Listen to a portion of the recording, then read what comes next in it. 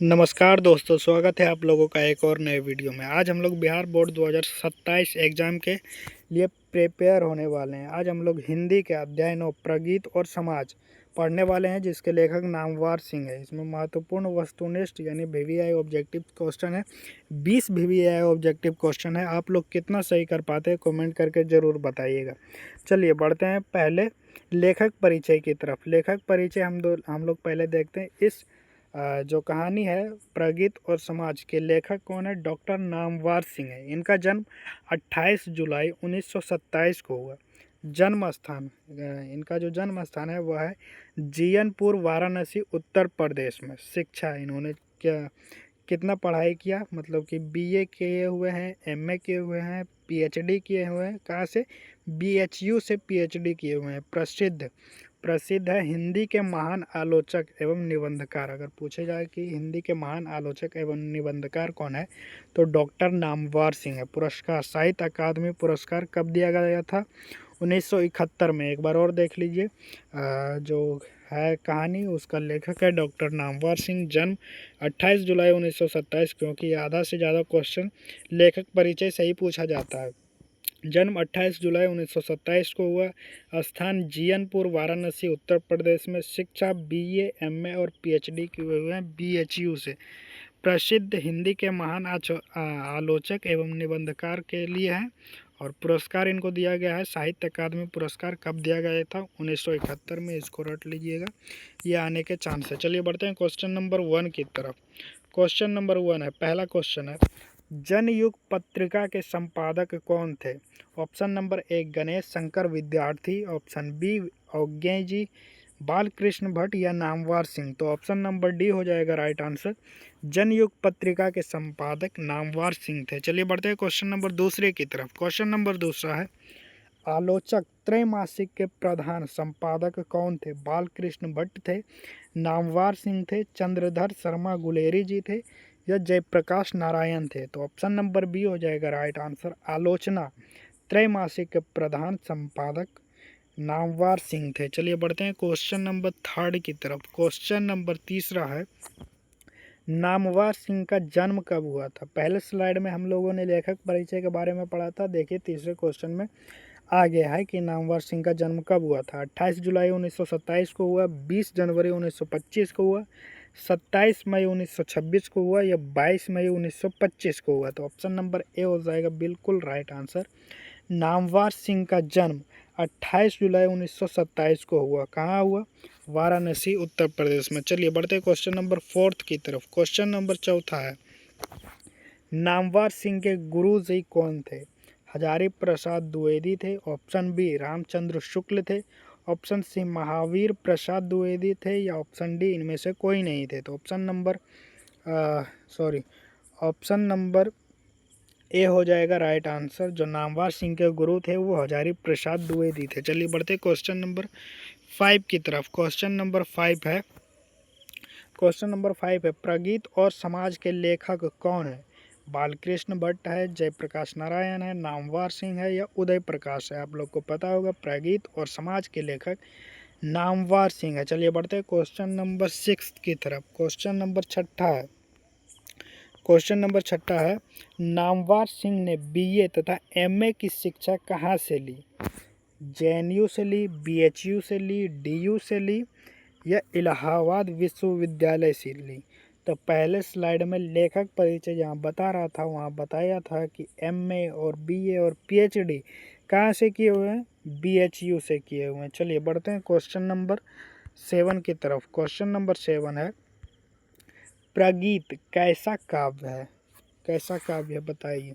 Option number A मुक्तक काव्य है, गीत काव्य है या ऑप्शन सी प्रबंध काव्य है या ऑप्शन डी इनमें से कोई नहीं है। तो ऑप्शन नंबर सी हो जाएगा राइट आंसर। प्रगीत कैसा काव्य है? तो प्रबंध काव्य है। चलिए बढ़ते क्वेश्चन नंबर 8 की तरफ। क्वेश्चन नंबर 8वां है, दुनिया को हाथ की तरह गर्म और सुंदर होना चाहिए, यह किस कवि की कविता है? केदारनाथ सिंह की है, बी मुक्तिबोध की है, ऑप्शन सी नागार्जुन की है या ऑप्शन डी निराला जी की है। तो ऑप्शन नंबर ए हो जाएगा राइट आंसर। क्या है क्वेश्चन?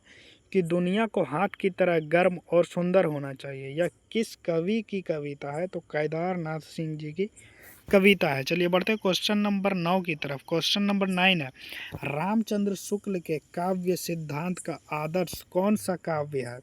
गीत काव्य, प्रबंध काव्य, मुक्तक काव्य या खंड काव्य? तो ऑप्शन नंबर बी हो जाएगा राइट आंसर। रामचंद्र शुक्ल के काव्य सिद्धांत का आदर्श कौन सा काव्य है?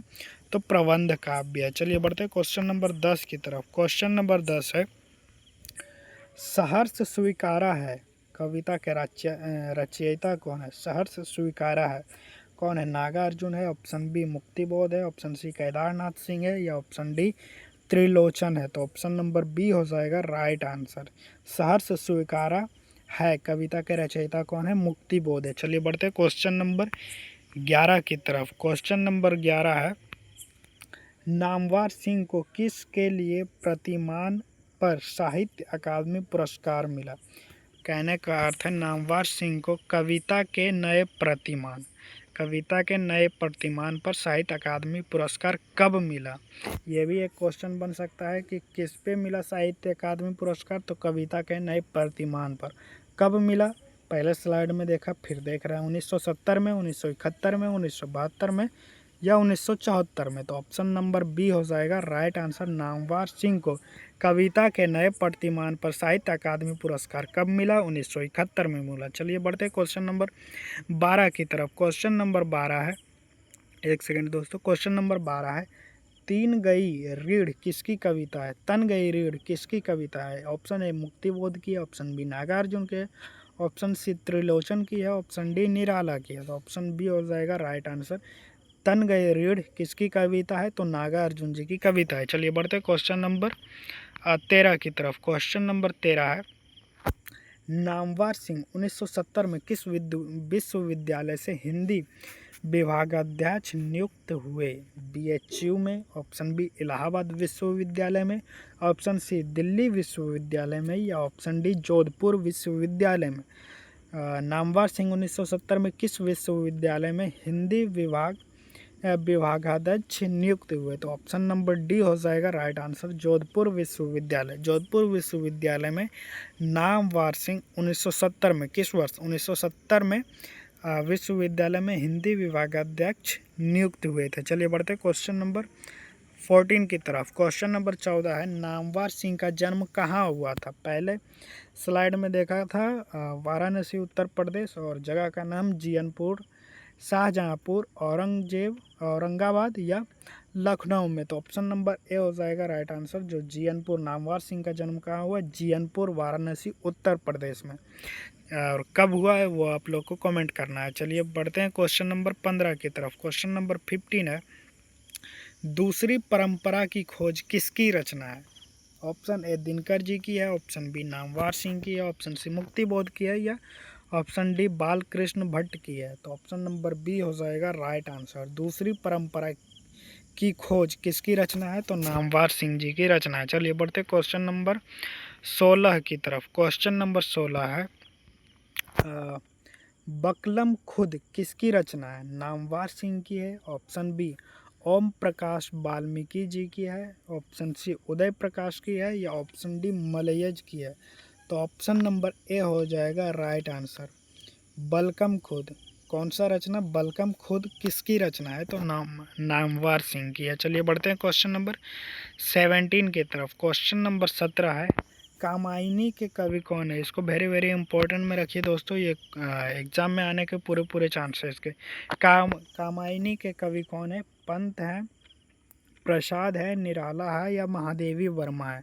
तो ऑप्शन नंबर बी हो जाएगा राइट आंसर। इनके जो है प्रसाद, कौन से प्रसाद? शायद द्विवेदी प्रसाद होंगे, हजारी प्रसाद द्विवेदी, वही हो गए। कामायनी के कवि कौन है? कमेंट में ज़रूर बताइएगा कौन है कामायनी के कवि। मुझे लगता है हजारी प्रसाद द्विवेदी होना चाहिए। चलिए बढ़ते हैं क्वेश्चन नंबर 18 की तरफ। क्वेश्चन नंबर 18 है, लिरिक का पर्याय क्या है?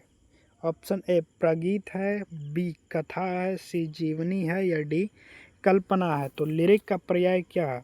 लिरिक का पर्याय प्रगीत है। प्रगीत लिरिक का पर्याय है, लिरिक। चलिए बढ़ते हैं क्वेश्चन नंबर 19 की तरफ। क्वेश्चन नंबर 19 है, कविता जो कुछ कह रही है उसे सिर्फ वही समझ सकता है जो इसके एकाकीपन में मानवता की आवाज़ सुन सकता है। किसका कथन है? मलयेश जी का है, नामवर सिंह का है, थियोडर एडोर्नो का है, मुक्ति बोध का है। तो ऑप्शन नंबर सी हो जाएगा राइट आंसर, थियोडोर एडोर्नो का है। चलिए बढ़ते हैं क्वेश्चन नंबर 20 की तरफ। लास्ट क्वेश्चन है दोस्तों, क्वेश्चन नंबर 20, नामवर सिंह की हिंदी के विकास में अपभ्रंश का योग क्या है? उपन्यास है, कहानी है, निबंध है या शोध प्रबंध है? तो ऑप्शन नंबर डी हो जाएगा राइट आंसर, नामवर सिंह के हिंदी के विकास में अपभ्रंश का योग शोध प्रबंध है। चलिए धन्यवाद यहाँ तक देखने के लिए। वीडियो कैसा लगा कमेंट करके ज़रूर बताइएगा। परीक्षा के लिए शुभकामनाएं, बोर्ड 2027 परीक्षा के लिए बहुत बहुत शुभकामनाएं। अगर आप लोगों को वीडियो अच्छा लगा हो तो वीडियो को लाइक और चैनल को सब्सक्राइब करें और एक प्यारा सा कमेंट करें, ताकि आपके लिए इसी तरह का वीडियो और लाते रहे। आपको किस टॉपिक पे वीडियो चाहिए कमेंट करके ज़रूर बताइएगा। धन्यवाद।